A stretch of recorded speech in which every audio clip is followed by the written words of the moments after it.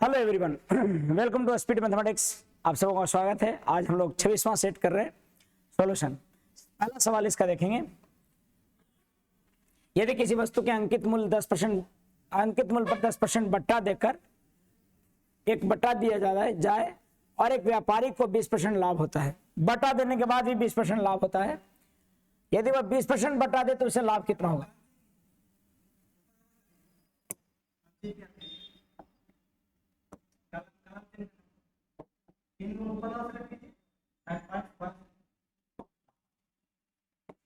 अगर मैं कहूं कि अंकित मूल्य पर 10% छूट दिया जाता है, आपको एक टर्म होता है, आपको पता होगा, अगर प्रॉफिट एंड लॉस पढ़े होंगे तो एमपी बटा सीपी बराबर होता है 100 प्लस प्रॉफिट परसेंट बटा 100 माइनस डिस्काउंट परसेंट। यानी कि अगर 10% छूट देकर 20% लाभ कमा रहा है तो आप इसको लिखिएगा कि 100 माइनस 10 छूट दिया है और लाभ कमाया है 20%, 100 प्लस 20 बराबर, इधर कह रहे हैं यदि 20% बट्टा दे तो लाभ कितना होगा? 20% बट्टा दे यानी कि 100 माइनस अगर 20 कर दे तब लाभ कितना होगा? तो तब लाभ कितना होगा? x% मान लेते हैं, जो भी कैलकुलेट करके आएगा आंसर हो जाएगा। एमपी बटा सीपी पर निकाला कीजिए। जब भी ये कहे कि इतना छूट देकर इतना लाभ होता हो तो ऐसे में एमपी बटा सीपी लिखिए, डिस्काउंट को नीचे में परसेंट को घटाइए और जितना लाभ होता है उसको ऊपर रख कीजिए, कैलकुलेट कीजिएगा तो देखो ये क्या आएगा, 120 बटा ये 90 आ रहा है और इधर में 100 प्लस x बटा 80 आ रहा है। काटिएगा तो ये कट जाएगा इससे, और 40 तिया 120 और 3 तिया 9, 8 का 32, 320 बराबर हो जाता होगा 300 प्लस 3x, ये 3 जाके उधर गुना होगा, यानी कि x बराबर 20 बटा 3 आ रहा होगा, x बराबर 20 बटा 3 और x परसेंट में माने थे तो ये परसेंट में आएगा। तो क्षेत्रीय 18 तो 20 बटा 3 ऑप्शन आपका कौन सा है? सी। मुझे लगता है कि बात आपको स्पष्ट हुआ है। अगले प्रश्न की तरफ बढ़ते हैं। तेजी से थोड़ा सोल्यूशन करेंगे, आप लोग क्लियर करिएगा, शब्दों को बढ़िया सुनिएगा और जो शब्द छूटते हैं उसको फिर से दोबारा देखने का प्रयास कीजिएगा। सवाल अगला है कि एक पाइप किसी हौज को 12 घंटे में भर सकता है तथा एक अन्य पाइप दूसरे हौज को 18 घंटे में खाली कर सकता है। दोनों को एक साथ खोलेंगे, अगर दोनों को एक साथ खोलेंगे तो लिखना है कैसे? 12 घंटा में भरता है, 18 घंटा में खाली करता है। दोनों को खोलेंगे तो 12 माइनस 18, या फिर खाली करने वाला है 18 माइनस 12 कर दीजिएगा, आपको आंसर हो जाएगा। या फिर इसको आसान है, 12 और 18 लेंगे, एलसीएम हो जाएगा कितना? पहला भरने वाला है, दूसरा खाली करने वाला है, एलसीएम 36 हो जाएगा। 12 36, 18 दूनी 36, 2 खाली कर रहा है, यानी कि एक एक के हिसाब से खाली हो रहा है। 36 खाली करेगा अकेले तो पूरा हौज को भरने में कितना समय लगेगा? दोनों को एक साथ खोल दिया जाए ना, दोनों को एक साथ खोल दिया जाए पहला और दूसरा को, तो भरेगा कितना? एक एक, और एक के हिसाब से भरेगा तो कितना लगेगा? 36 घंटा। मैं क्या कह रहा था? 12 गुने 18 बटा 18 माइनस 12, ये हो जाता कितना? 12 गुने यानी कि 18 माइनस 12 यानी 12 गुने 18 बटा कितना होता है? 6, 6 दूनी 12, 18 दूना 36। ये भी कर सकते हैं, एक भरने वाला एक खाली करने वाला हो तब। अगर दोनों भरना होगा तो a गुने b बटा a प्लस b लिखते थे ना, बस उसी को यहाँ पर करना है। भरने और खाली करने वाला रहे तो दोनों मिलके 12 गुना 18, 18 माइनस 12 कर देंगे, या फिर ऐसे कर सकते हैं। तमाम चीजें आपको बताए जा चुके हैं, या जहां भी पढ़े होंगे वहां पर आपके शिक्षक बताए होंगे निश्चित तौर पर। सवाल अगला देखते हैं। 150 मीटर लंबी रेलगाड़ी है, उसको एक विपरीत दिशा में आती हुई दूसरी रेलगाड़ी 100 मीटर लंबी रेलगाड़ी को 10 सेकंड में पार करती है। यदि पहली रेलगाड़ी की रफ्तार 30 है तो 150 मीटर की लंबी एक रेलगाड़ी, दूसरी रेलगाड़ी 100 मीटर की, और दोनों एक दूसरे को पार करेगा तो लंबाइयों का योग पार करेगा। क्योंकि दोनों पार कर रहा है तो दोनों अपनी लंबाइयों का योग पार करेगा, और दोनों अगर विपरीत दिशा में आ रही है तब तो दोनों के चालों का योग से पार होगा, जिसमें कि एक का चाल दिया हुआ है कितना? 30, दूसरा का मुझे मानना है x, यानी कि ये रहता है सापेक्ष चाल। सापेक्ष चाल और गुने समय, समय आपका 10 सेकेंड है। हालांकि ये किलोमीटर प्रति घंटा में है तो ये 5 बटा 18 मान लेंगे। दूसरी रेलगाड़ी की चाल हमने मान रखा है, दूसरी रेलगाड़ी की रफ्तार हम 1 किलोमीटर प्रति घंटा मान लिए हैं, ठीक है ना। तो 30 प्लस x जोड़ क्यों रहे हैं सर? क्योंकि सापेक्ष चाल दोनों एक ही दिशा में है तो अंतर होता है, विपरीत दिशा में है तो योग होगा।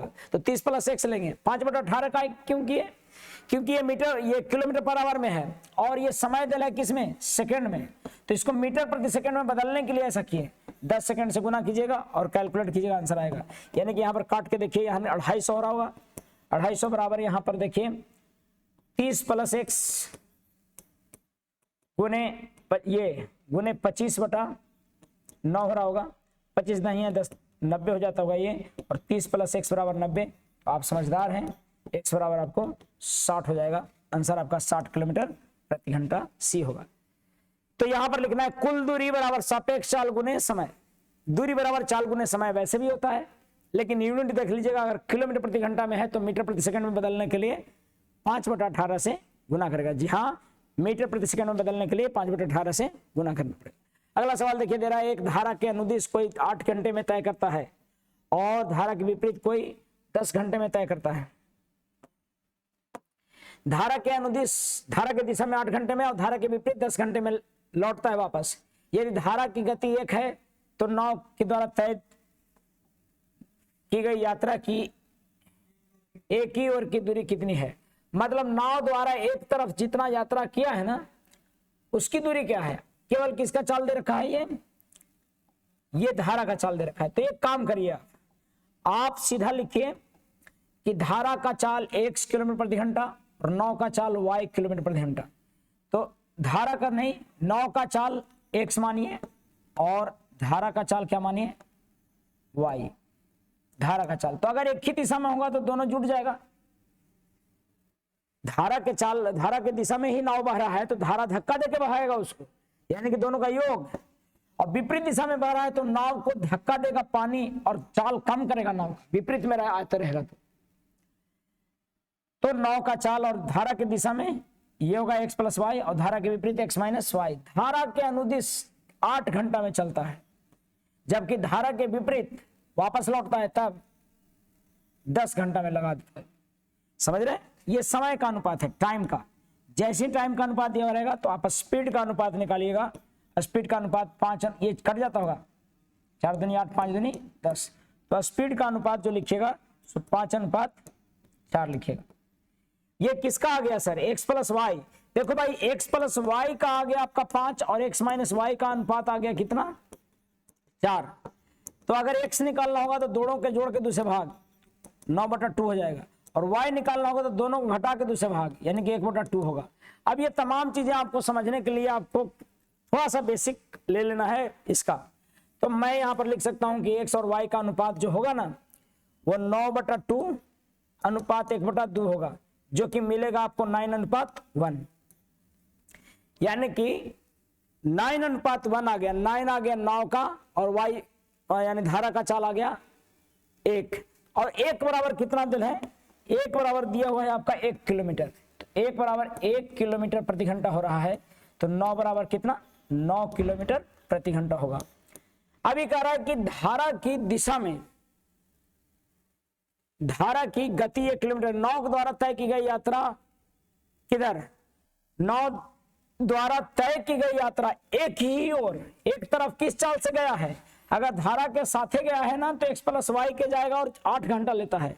तो दूरी बराबर क्या होगा पता है, डिस्टेंस बराबर दूरी बराबर चाल। चाल कितना हो गया धारा की दिशा में, 9 + 1 के हिसाब से, और कितना घंटा चला था, 8 घंटा।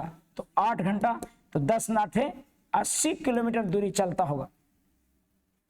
लेकिन यहां पर पहले आपको नाव का चाल दिया हुआ है, तो धारा का चाल दिया है तो नाव का निकालना है। नाव का निकालने के बाद उसको गुना कर देंगे दोनों के, धारा के दिशा में जो चाल होगा उससे लगा समय को। धारा के दिशा में चाल कितना था 10 और समय कितना लगा था 8, तो 10 × 8 = 80 किलोमीटर दूरी रहा होगा। इसका आंसर हो जाएगा कौन सा, सी। मुझे लगता है कि सवाल क्लियर हुआ। 45 क्वेश्चन नंबर देखिएगा। एक नदी 3 मीटर गहरी और 40 मीटर चौड़ी है। कोई नदी है, चौड़ाई है उसकी 40 मीटर और गहरी है कितना, ये 40 मीटर चौड़ाई है और गहराई है इसकी 3 मीटर। अब गहराई मतलब हम ऐसे समझ रहे हैं कि ये गहराई में मेजर कर रहे हैं, ठीक है। ये गहरा है नदी, और कितना गहरा है ये, तो ये 3 मीटर गहरा है। यानी कि चौड़ाई आपका 40 है डेप्थ आपका 3 है और लंबाई मान लीजिए 2 किलोमीटर प्रति घंटा की गति से बह रही है, यानी कि 2 किलोमीटर इतना पानी जो होगा ना, 2 किलोमीटर वाला और इतना मीटर वाला और इतना मीटर वाला 1 घंटा में बहता है। इतना 1 घंटा का ही पानी है। तदनुसार पानी का समय 1 मिनट में कितना लीटर भरेगा, 1 घंटा में इतना। तो देखो ना पहले 1 घंटा में कितना पानी बह रहा है, 40 गुने 3 गुने 2 किलोमीटर। 2 किलोमीटर लंबा नदी है ना, उसमें से पानी बह जाता है कितना, 1 घंटा में सब। तो 2 किलोमीटर को लिखेंगे मीटर में तो 2000 मीटर लिखना होगा। तो ये इतना पानी 1 घंटा में बहता है। 1 घंटा में पानी कितना बहता है, 40 गुने 3 गुने 2000। तो चरती 12 दूनी 24, 24 पर 4 जीरो होगा, यानी कि इतना मीटर क्यूब जो है सो 1 घंटा में पानी बहता है। कितना, 1 घंटा में पानी कितना, इतना बहेगा। तो भाई पूछता है ना कि 1 मिनट में कितना, 1 मिनट का मतलब यानी कि 60 मिनट में इतना पानी बह रहा है। तो 1 मिनट का पानी निकालना है अगर, इसीलिए 1 मिनट में बहेगा पानी। तो 24 पर आपको 4 जीरो है बटा भागे 60, यानी कि 1 जीरो से 1 जीरो, 6 चौका 24, 4000 मीटर क्यूब पानी बहेगा। लीटर में बोल रहा है बाबू, 4000 मीटर क्यूब पानी बहेगा और लीटर में बोल रहा 4000, ये कितना जीरो था, 2 4। आपको पता है 1 लीटर बराबर कितना होता है, 1 लीटर बराबर 1000 सेंटीमीटर क्यूब। 1 लीटर बराबर 1000 सेंटीमीटर क्यूब होता है। अब मुझे 4000 मीटर को लिखना है क्यूब को, तो 4000 मीटर क्यूब को लिखेंगे तो ये जानते हैं कितना हो जाएगा, 4000 गुने 100 गुने 100 और गुने 100। यहां पर एक बार और देखिएगा, इसको लिख रहे हैं मीटर क्यूब है, तो 4000 गुने 100 गुने 100 गुने 100 सेंटीमीटर क्यूब होगा। और इसको लीटर से भागा देना है तो 3 जीरो से काट देंगे, 3 जीरो, यानी कि 3 जीरो कटेगा तो 3 और 3 6 जीरो होगा। और इसका सही जवाब हो जाएगा कौन सा, 3 3 6। ये बेहतरीन का सवाल है। एक लीटर बराबर कितना, 1000 सेंटीमीटर क्यूब, यानी कि 1 मीटर में अगर जानेंगे तो पता है 100 सेंटीमीटर बराबर कितना। आप ऐसा ना छोड़िए, इतना याद रखिए, 1 लीटर बराबर 1000 सेंटीमीटर क्यूब, इसमें कोई डाउट नहीं है। ये मीटर क्यूब में था, तो 1 मीटर में कितना सेंटीमीटर होता है, 100 सेंटीमीटर नहीं। तो अगर मुझे हमें निकालना है सबको सेंटीमीटर में, तो ये मीटर क्यूब है ना, तो 1 मीटर क्यूब के लिए क्या करेंगे, 100 गुने 100 का पावर, ये सेंटीमीटर को क्या करेंगे आप, क्यूब करेंगे। इसीलिए मैं 3 बार इसको लिख रखा हूं, यानी कि इतना बराबर कितना हो गया, इतना बराबर 4, इतना बराबर 4000 गुने 100 गुने 100 गुने 100, इतना पानी बहता है। और आपको पता है कि इतना बराबर 1 लीटर, यानी कि 1000 सेंटीमीटर के बराबर 1 लीटर। तो इसमें से 1000 अगर भागा दे देंगे तो कितना लीटर आएगा, 3 जीरो और ये 3 जीरो। समझ में आ रहा है बात, आंसर हो जाएगा कितना जीरो, 3 3 6 जीरो। कहने का मतलब है कि सेंटीमीटर में अगर चाहते हैं मीटर स्क्वायर मीटर क्यूब में, तो क्या लिखेंगे, कितना मीटर क्यूब बराबर 1 लीटर, ये जानना है। मान लो तो आके आसान हो जाता वहां से, कितना मीटर क्यूब बराबर 1 लीटर। तो सबसे पहले देखिए कि कितना मीटर क्यूब बराबर 1000 सेंटीमीटर क्यूब, तो गड़बड़ हो जाएगा ना। कितना मीटर क्यूब बराबर 1000 सेंटीमीटर क्यूब, ये होता है 100 सेंटीमीटर का क्यूब इंटू n बराबर, ये सब समझना ठीक नहीं है। इसको गुना कीजिएगा तो 100 कितने बार होगा, 3 बार होगा, तो 3 से 3, यानी कि पता है आपको ये समझना है कि 1/1000 मीटर क्यूब बराबर 1 लीटर होगा, वो गड़बड़ हो जाएगा आपको। आप इसलिए याद क्या रखिए, हमेशा याद रखिए 1 लीटर बराबर कितना, 100 सेंटीमीटर 1000 सेंटीमीटर क्यूब और 1000 पर तोड़िए, नहीं तो गड़बड़ हो जाएगा। ये मैं मीटर क्यूब को तोड़ दिया, कोई दिक्कत नहीं है। तोड़ने के बाद मैं लिख सकता हूं कि अर्थात इतना बराबर कितना, तो इतना बराबर 4 पर कितने जीरो, 6 जीरो से ये लीटर हो जाएगा ये, क्योंकि मुझे पता है कि 1 लीटर बराबर इतना सेंटीमीटर क्यूब और ये इतना सेंटीमीटर है, तो उसमें से 3 जीरो हटा देंगे तो ये इतना लीटर होगा। मुझे लगता है कि बात स्पष्ट है, बहुत ज्यादा खींच दिए। कोई भी बदलने का प्रयास करेगा मीटर क्यूब वाला में तो गड़बड़ होगा। सवाल देखिएगा अगला। तो पिछले सवाल का कंक्लूजन क्या है?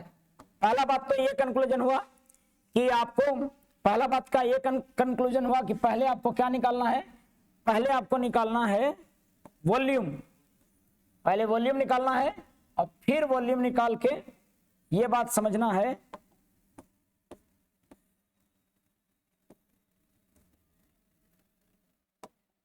वॉल्यूम निकालना है। पहले तो वॉल्यूम निकालना है। वॉल्यूम बराबर क्या होता है, लंबाई गुने चौड़ाई गुने गहराई, डेप्थ, ठीक है। इसको बदलना है पहले सेंटीमीटर क्यूब में, उसके बाद से लिखना है कि 1000 सेंटीमीटर क्यूब बराबर 1 लीटर। इसीलिए भाई इतना सेंटीमीटर क्यूब बराबर कितना सेंटीमीटर क्यूब बराबर, यानी कि 40 पर 400 पर कितना जीरो, 6 जीरो और बराबर कितना लीटर, तो वही आ गया था इतना बराबर इतना लीटर। इसलिए इतना बराबर 3 जीरो हटा के 4 पर कितना जीरो, 6 जीरो आपका हो गया था लीटर।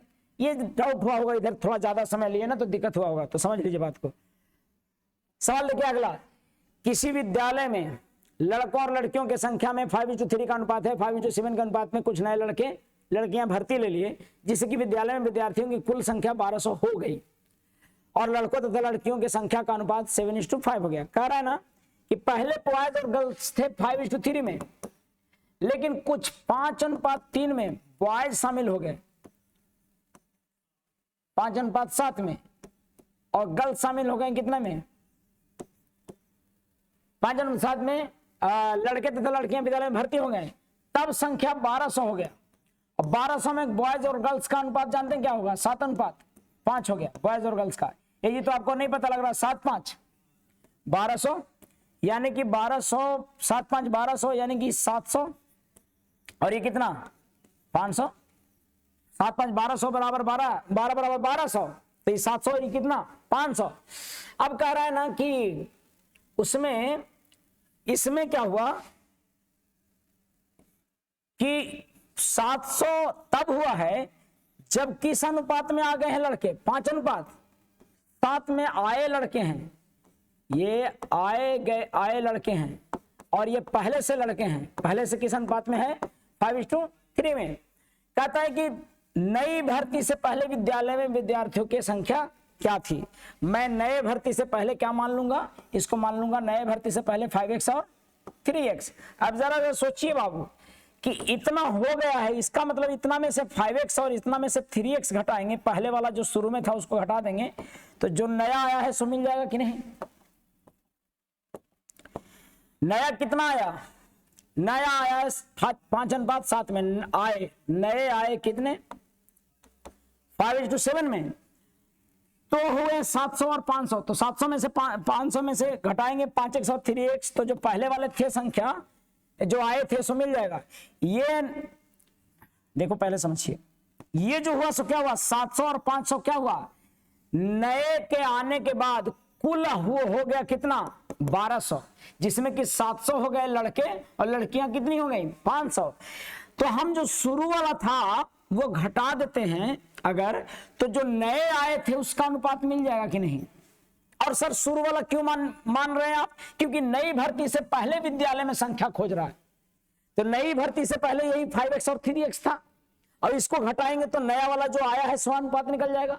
इसलिए ऐसा किए। अब इसको सोल्व कीजिएगा सीधा, 7 4900 और 7 35x और बराबर 2500 और माइनस 15x 35 में से घटेगा तो 20x, और ये 25x घटेगा तो 00, ये 4 और ये 2 2400 घट रहा होगा, यानी कि x बराबर कितना 12 120, यानी कि x बराबर 120, यानी पहले कितना था तो 12 50 60 600 और 300, 600 प्लस 300 12 36 360 ना, बॉयज कितना था 5x और 3x थे, तो 5 3 8 और 12 थे 96, कितना हो रहा होगा 960, आपको होगा 960। अब सर विदाउट एक्स आप बना ले सकते हो, लेकिन पहले आप इसको तरीके से बनाइए। विदाउट एक्स के लिए क्या कीजिएगा पता है, विदाउट एक्स के लिए लिखिएगा 5:3 और 5:7 और यहाँ कितने आ गए 700 और कितना आ गए 500, क्रॉस गुना कीजिएगा इसको, ऐसे गुना करके जो आएगा उनका अंतर, और इधर क्रॉस गुना करिएगा जो आएगा उनका अंतर, अंतर का तुलना अंतर से कीजिएगा, आ जाएगा। लेकिन मुझे लगता है कि एक्स वाला तरीका आपको हर तरह के सवालों में पॉसिबल होता है। आगे बढ़ते हैं। सवाल देखिएगा, किसी विद्यालय में किसी मिश्रण में शराब और पानी 3:2 के अनुपात में है, एक अन्य मिश्रण 4:5 के अनुपात में है। बाद वाले मिश्रण की कितनी मात्रा पहले वाले मिश्रण के 3 लीटर के साथ मिलाएं कि परिणामी मिश्रण में शराब और पानी की मात्रा बराबर हो जाए। कह रहा है ये कि पहला मिश्रण 3:2 में है, दूसरा मिश्रण 4:5 में है, और दूसरे बाद वाले मिश्रण की कितनी मात्रा पहले वाले मिश्रण के 3 लीटर के साथ मिलाएं कि मिश्रण में 1:1 क्या हो जाए, शराब और पानी हो जाए। यानी कि शराब और पानी पहले था और शराब और पानी 1:1 हो जाए, बराबर हो जाएगा, मतलब 1:1 हो जाए।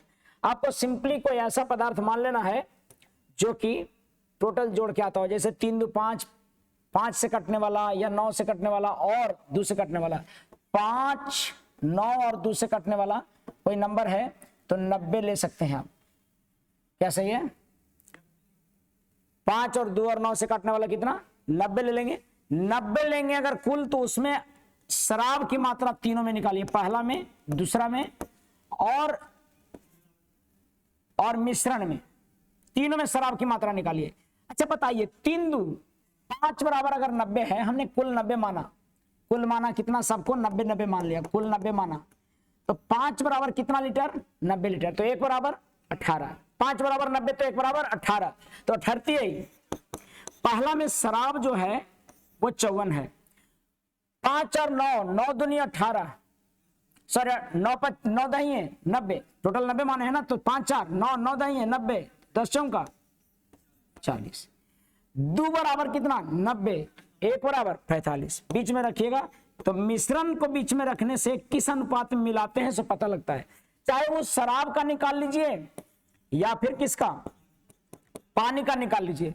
पानी की मात्रा भी निकालते तो ऐसे आता, शराब की मात्रा निकाले हैं और देखो यहां पर आया है कितना 5:9, 5:9 आया है। यानी कहने का मतलब पहला के 5 लीटर के साथ दूसरा के कितना लीटर 9 लीटर मिलाना होगा।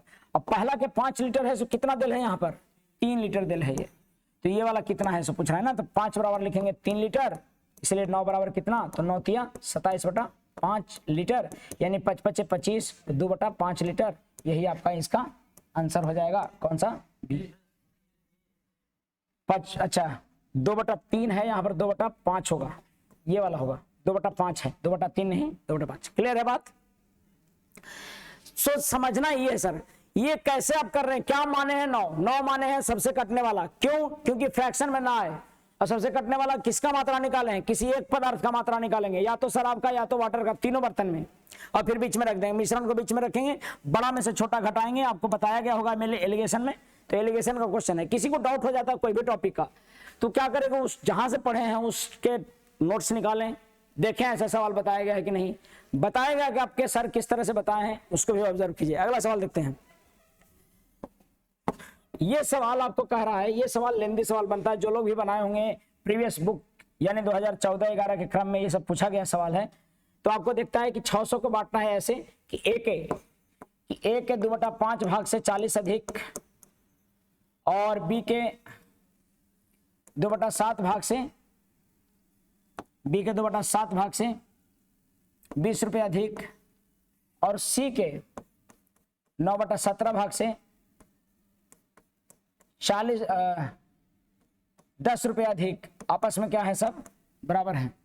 और सभी को अगर बराबर दिया हुआ है तो इसको सभी को हम मान लेंगे, जानते हैं क्या, k मान लेंगे, किसके बराबर है, k के बराबर।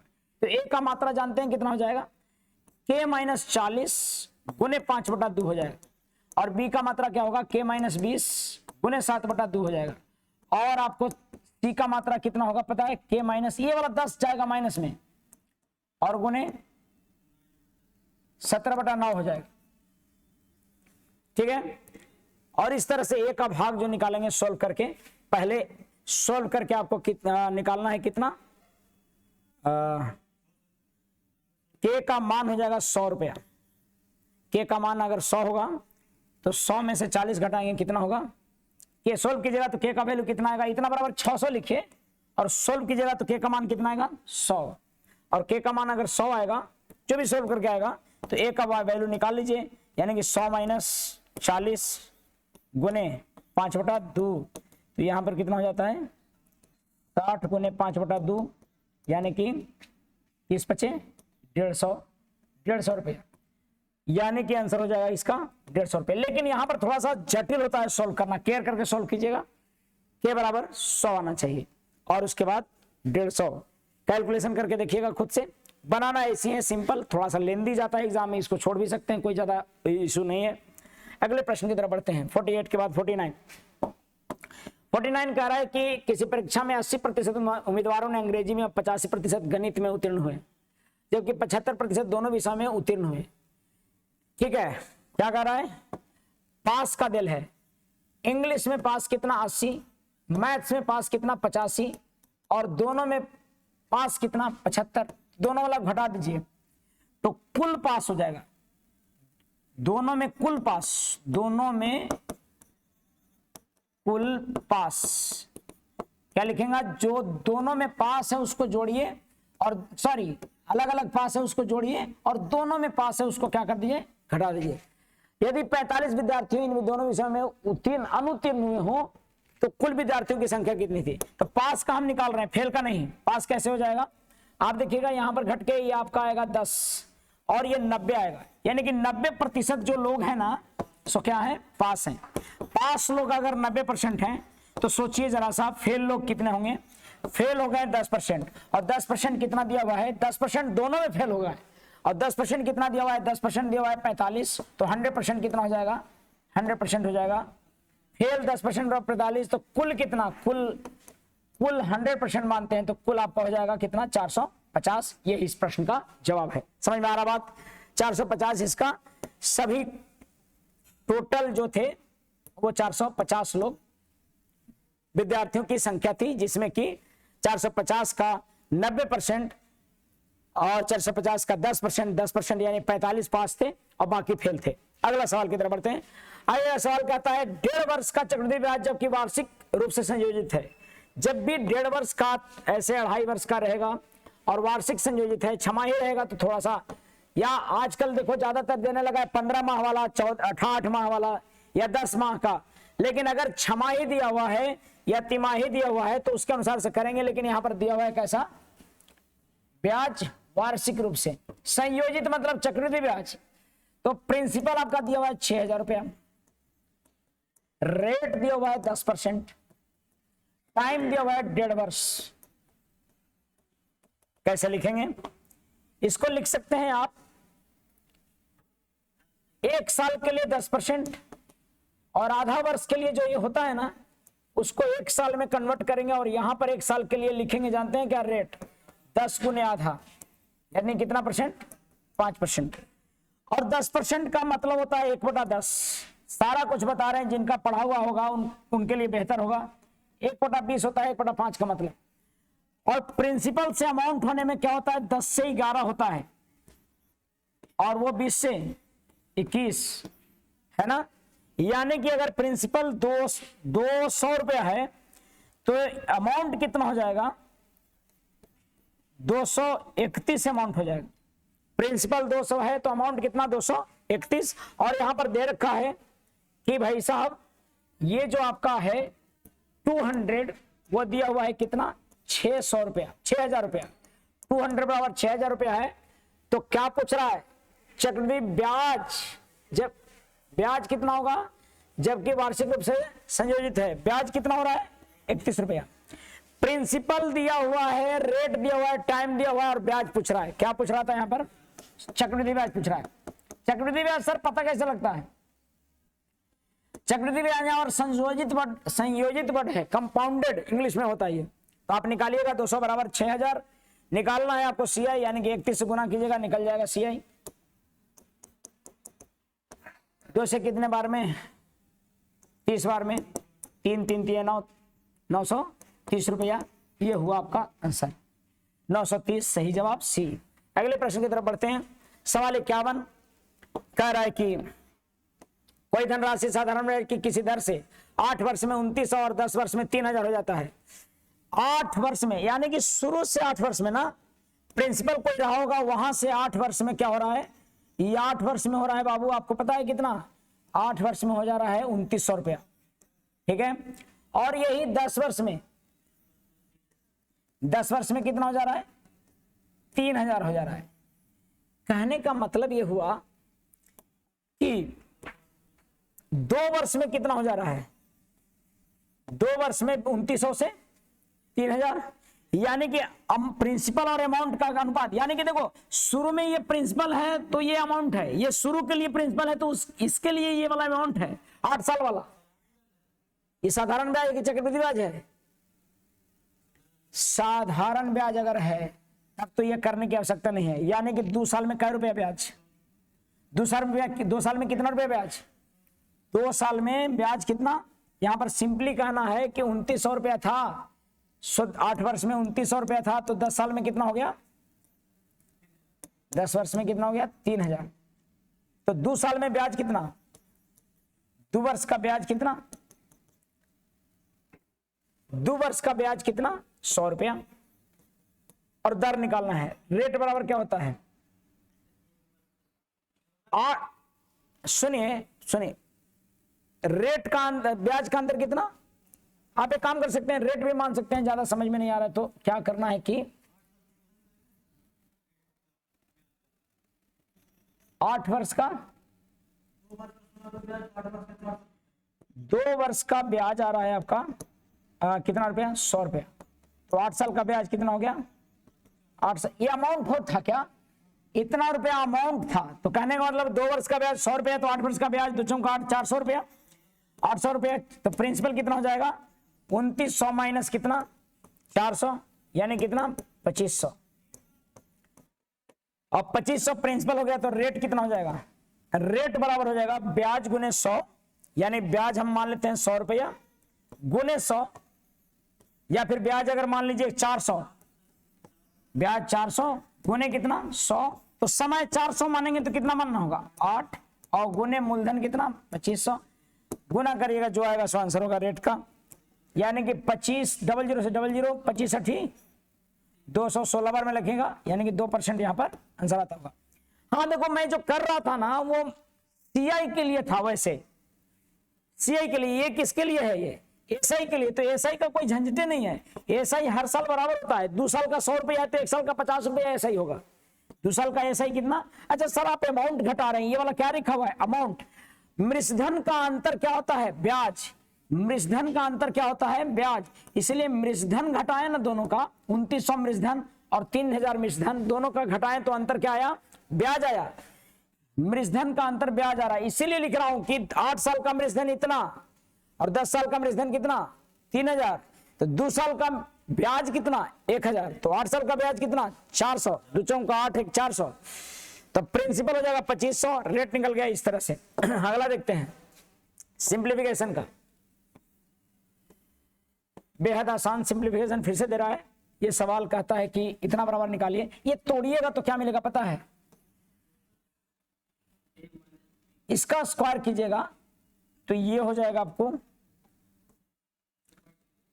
0.001 नहीं 0.01, ठीक है, और माइनस 0.0104, देखो 2 दशमलव है ना, ये कितना है हमारा, ये दशमलव कितना है हमारा 2 अंक है, तो 2 का स्क्वायर करेंगे तो कितने अंक होंगे 4, और यहाँ कितना अंक है 1, तो 2 अंक होना चाहिए, स्क्वायर करने पर 2 अंक यानी 0.01, और ये कितना 01 है 4 अंक होना चाहिए, तो 0.0001 4 अंक हो गया, और बटा में कितना 0.001 और +1 कैलकुलेट करिए जो भी आता है वो आंसर होगा। यहां पर देखिए, यहां पर घटा के कितना होगा, 0 1 ये लास्ट में, और ये 1 के 9 हो जाएगा और 9 हो जाएगा, ऐसा हो रहा है। और बटा में 1 ये 0.0001 प्लस 1, क्या ये 4 डिजिट है? यानी कि मुझे लगता है कि ये डिजिट दशमलव से दशमलव क्या हो जाएगा, कैंसिल, और ये 9901 प्लस 1 हो रहा होगा। कुछ गड़बड़ हुआ है क्या? घटाना था, ये वाला घटाना था तो मैं गलत घटा दिया शायद। घटाना था किसको? 0.0100 में से घटाना है किसको? 0.0001 को घटाना है। अब बटा में 0.0001 यही है क्या? अब प्लस 1 इसको घटाएंगे तो बढ़िया से गलती हो रहा है तो लिख लेंगे घटाने में 0.0001 घटाएंगे तो यहां मिलेगा कितना? 9। ये मिलेगा कितना? 9। या फिर ऐसे कीजिए ना, क्यों यहां पर घटाने का झंझट नहीं रहेगा, जब इसको एलसीएम ले लेंगे और नीचे में लिख देंगे 0.0001 और ये जाके उधर गुना होगा, प्लस में लिखेंगे 0.0001 और यहां पर ये लिखेंगे 0.0, देखो पॉइंट भी नहीं पता लग रहा होगा, ये देखो यहां पर है 2 जीरो बैठा भी सकते हैं, नहीं भी बैठा सकते हैं, ऐसे रहने दीजिए आप। यहां पर एलसीएम ले लिया हमने और इसको लिख रहा हूं 0.01 प्लस ये वाला 0.01 माइनस 0.0001। थोड़ा सा इसको अपने से कीजिए, ये कट जा रहा होगा इससे और ये बच गया, जानते हैं क्या? 0.01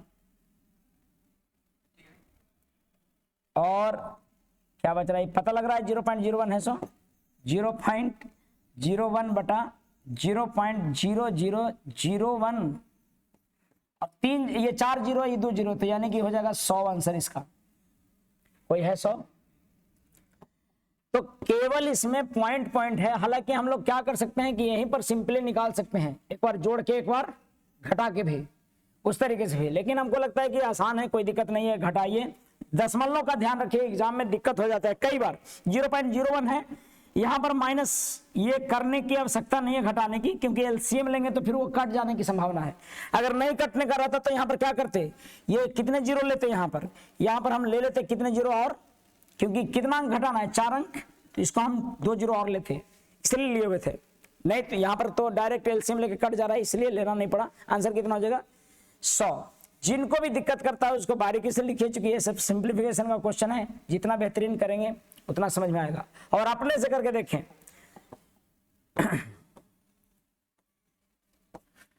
क्रमवार डिस्काउंट, अगर 3 डिस्काउंट लगातार हैं तो सक्सेसिव वाला पर लगाइए। 10% को लिखते हैं 1/10, 20% को लिखते हैं 1/5 और 30% को लिखते हैं 3/10। तो 10 से 9, 5 से 4 और 10 से 3 घटकर ये निकलता है। अगर इनिशियल ये है, शुरुआत में प्रारंभ में कोई 10 था तो बाद में कितना होगा? 9, क्योंकि 1/10 कम जा रहा है, घट रहा है, डिस्काउंट है। और 1/5 कम रहा है यानी 5 से 4 और 3/10 कम रहा है यानी कि 10 से 3। कैलकुलेट करिएगा, शुरुआत और अंतिम वाला निकल जाएगा यहां पर। ये आपको 2 दूनी 4, 5 दूनी 10, 2 पचे 10, 5 पचे 25 पचे 125, 9 तिया 27। 125 से हो गया 27, कुछ ज्यादा ही नहीं कम गया ये। 10 से 9, 5 से 4, 10 से 7, यहां पर देखो गलती हो रहा है। 10 से कितना? 10 से कितना? 7। कैसे 10 से था? 3 कम रहा है यहां पे। यहां पर 10 में से 1 कमा तो 9 हुआ, 5 में से 1 कमा 4 और 10 में से 3 कमेगा 7, तो यहां 9 से 63 होगा। यानी कि 125 से कितना कम के हो गया? 63। 125 से 63 हो गया यानी कितना कमा? टोटल एकमात्र बटा, यानी कि एकमात्र छूट कितना हुआ? सभी को मिला के 125 वाला सामान कितना हो गया? 63। तो कितना छूट निकला? 125 वाला अगर 63 हो जाएगा तो छूट कितना मिला? 62 छूट मिला होगा।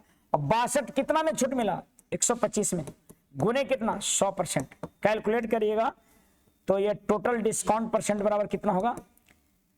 कैलकुलेट करेंगे डिस्काउंट परसेंट बराबर, तो कितना हो जाएगा 25 25 25 से 25 चौका 100, 5 दूनी 10, 4 दूनी 8, 8 दूनी 16, 8 6 48 और 1 49, 49.6% आएगा। कैलकुलेट करके आप देखिएगा, इसका आंसर बॉल हो जाएगा। ठीक है, यानी कि सक्सेसिव जहां आ जाए 3 से अधिक, डायरेक्ट ऐसे लिख दीजिए इनिशियल यानी प्रारंभ वाला।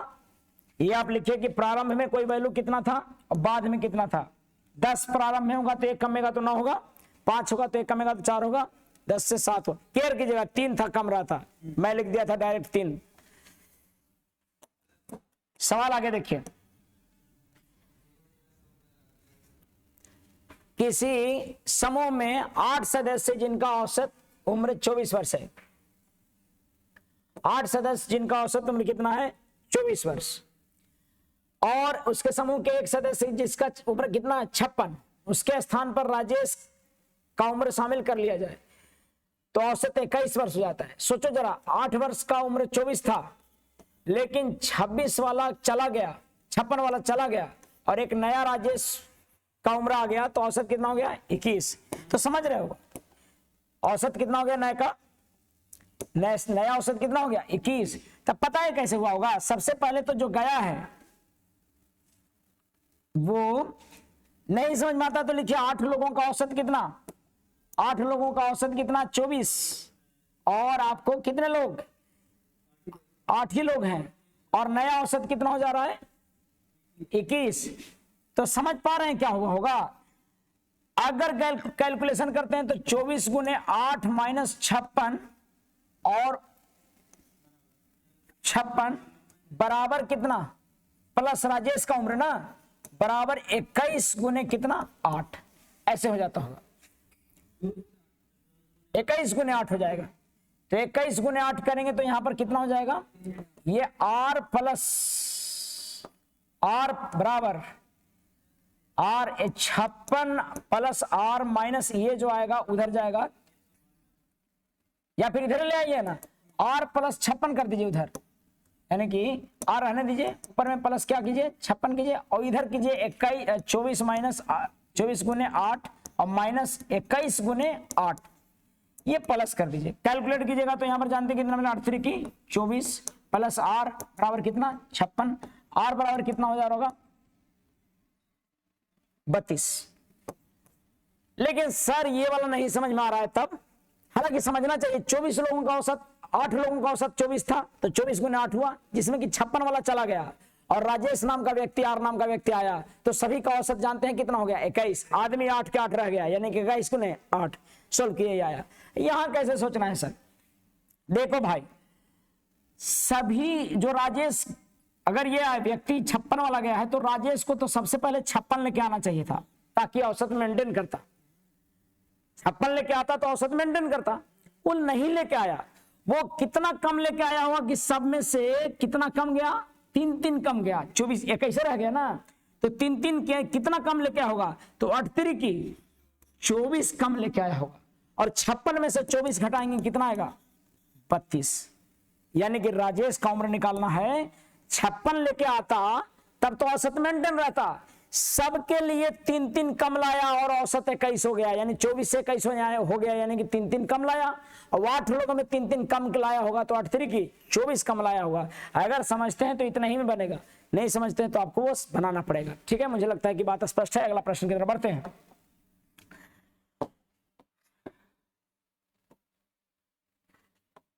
किसी छड़ के 1/10 भाग को लाल रंग और 1/20 भाग को नारंगी और 1/30 भाग को पीला, 1/40 भाग को हरा, 1/50 भाग को नीला, 1/60 भाग को काला और शेष भाग को बैंगनी रंग दिया गया। यदि छड़ के बैंगनी रंग के भाग की लंबाई इतना है तो छड़ की लंबाई कितना है। हम एक काम करते हैं, 6 5 यहां पर कितना दिया हुआ है 40 50 60 20 और 30 से कटने वाला नंबर क्या ले लेंगे हम पता है, हम ले लेंगे 600 ले लेंगे पूरा। माना कि रड की लंबाई कितना है 600, तो लाल रंग से कितना रंगा हुआ होगा, रड की लंबाई मान लीजिए, छड़ की लंबाई कितना है, छड़ की कुल लंबाई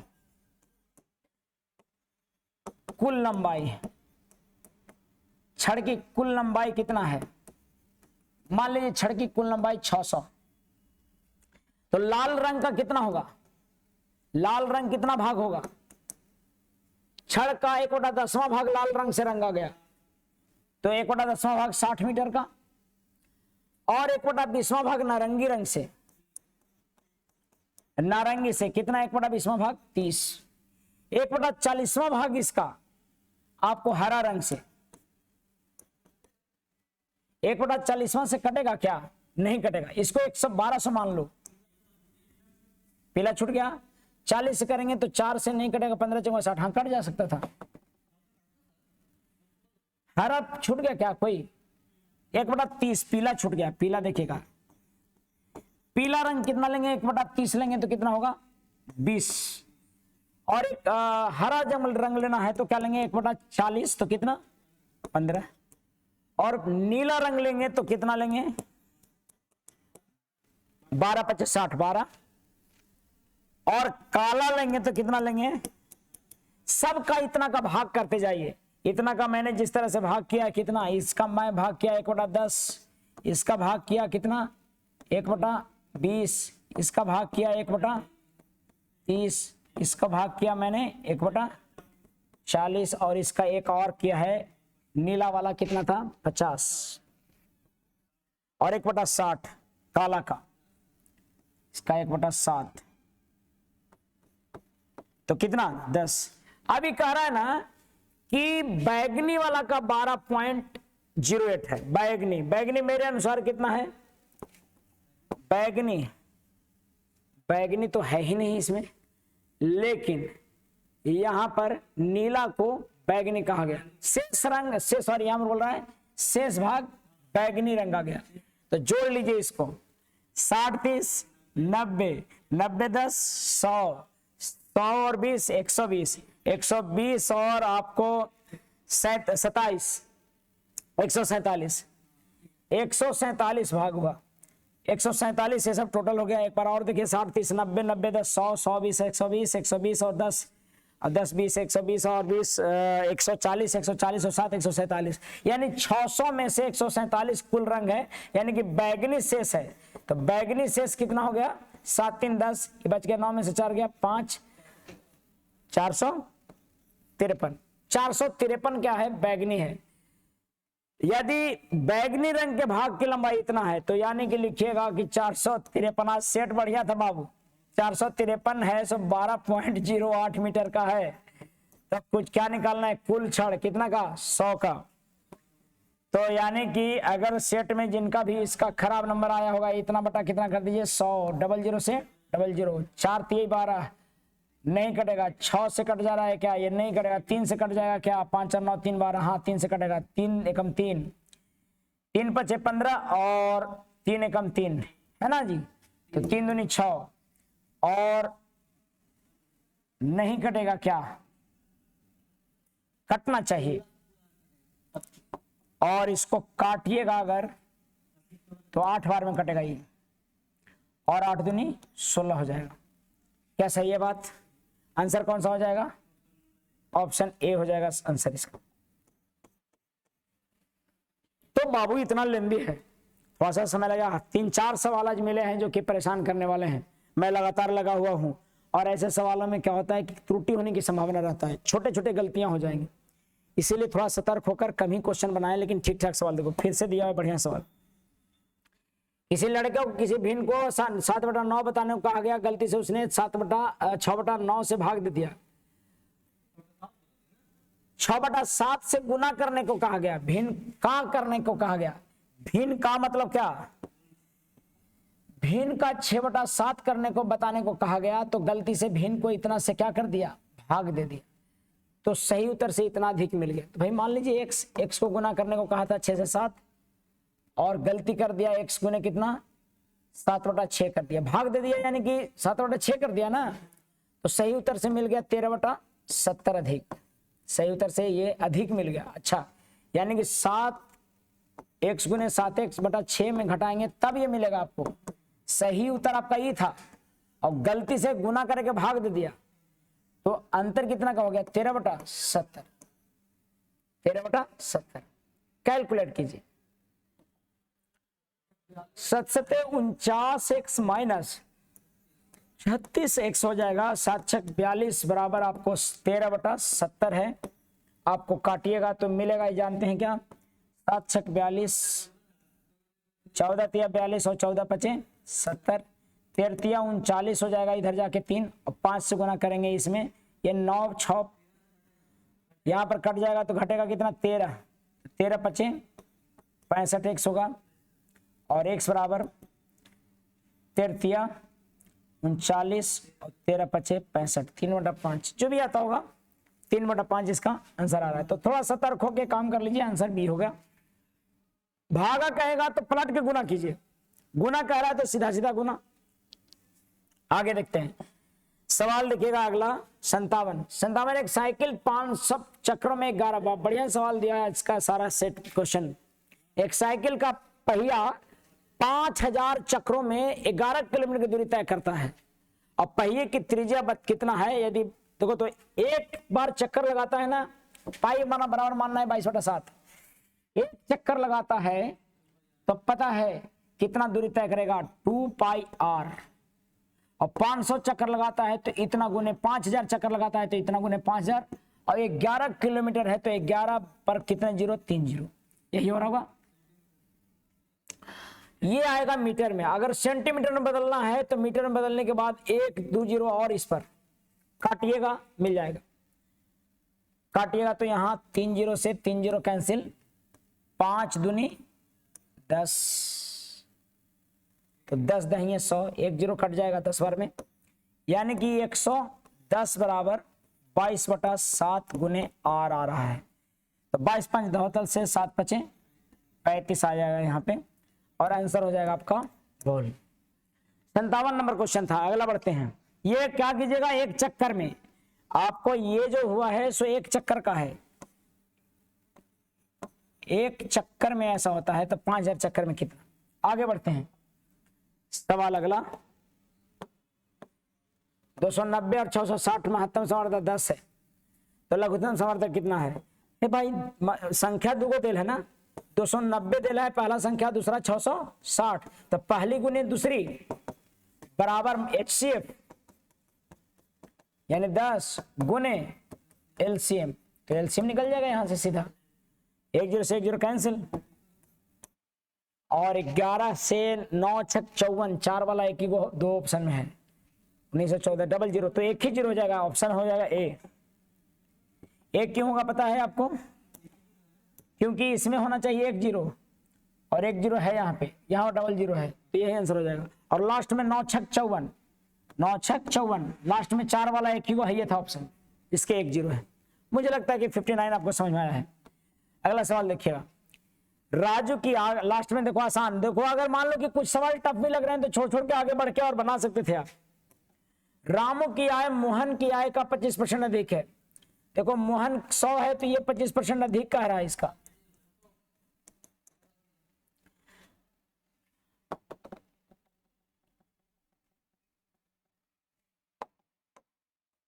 देखिएगा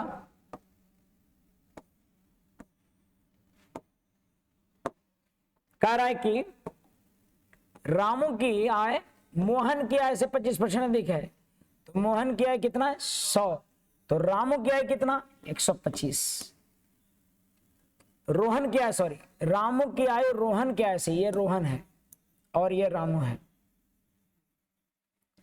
25% अधिक है, तो कितना कम है रामू का, कितना कम होगा जरा सा देखिए, 25 कम होगा, कितना से 125 से, 125 से 25 कम है तो कितना परसेंट कम है, परसेंट के लिए 100 से गुना करिएगा, 25 25 25, कितना प्रतिशत है कि कितना प्रतिशत कम है, कितना प्रतिशत है कि कितना प्रतिशत कम है। रामू की आय की कितनी परसेंट, किसकी, रामू की आय, किसकी आय, रोहन की आय, क्या अगर रोहन की आय रामू की आय का, तो रामू की आय को रखिए नीचे, रोहन की आय को रखिए ऊपर, और प्रतिशत के लिए गुना कर दीजिए।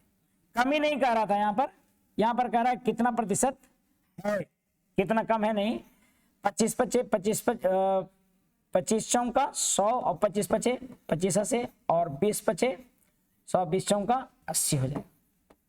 ठीक है, तो शब्दों को ध्यान दीजिए। अगला सवाल और अंतिम सवाल आज का, सेट ठीक ठाक था। कह रहा है क्वेश्चन कि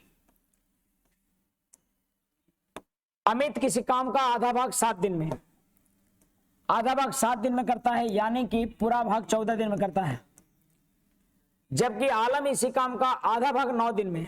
तो पूरा भाग आलम जो करता है, अमित है, आलम है, सो कितना दिन में? 18 दिन। दोनों मिलकर, ये सब आसान सवाल है, बनना चाहिए। 18 गुने, दोनों मिलकर करना है तो दोनों को बताए हैं 14 गुने 18 बटा क्या कर दीजिए 14 प्लस 18 32 है ना। ए गुने बी बटा ए प्लस बी बताए होंगे, ये पर कर लीजिए। जो सवाल टाइम एंड वर्क का कुल समय लगेगा, दोनों का समय लगेगा, दोनों का समय जो भी निकाल के काट के आता है आ जाए, दोनों का समय क्या हो जाएगा काट के देख लीजिएगा, जो भी आएगा सो आंसर हो जाएगा। कट रहा है कितने से? 9 दूनी 18, 16 दूनी 32, 7 दूनी 14, 8 दूनी 16, 9 से 63 बटा 8 दिन। तो कहने का मतलब हो गया कि आंसर आपका 63 बटा 8 हो जाएगा, ये आपका सही है। ठीक है, एक चलिए ऊपर शायद बुला रहे हैं, बहुत देर पहले ही बोले हैं।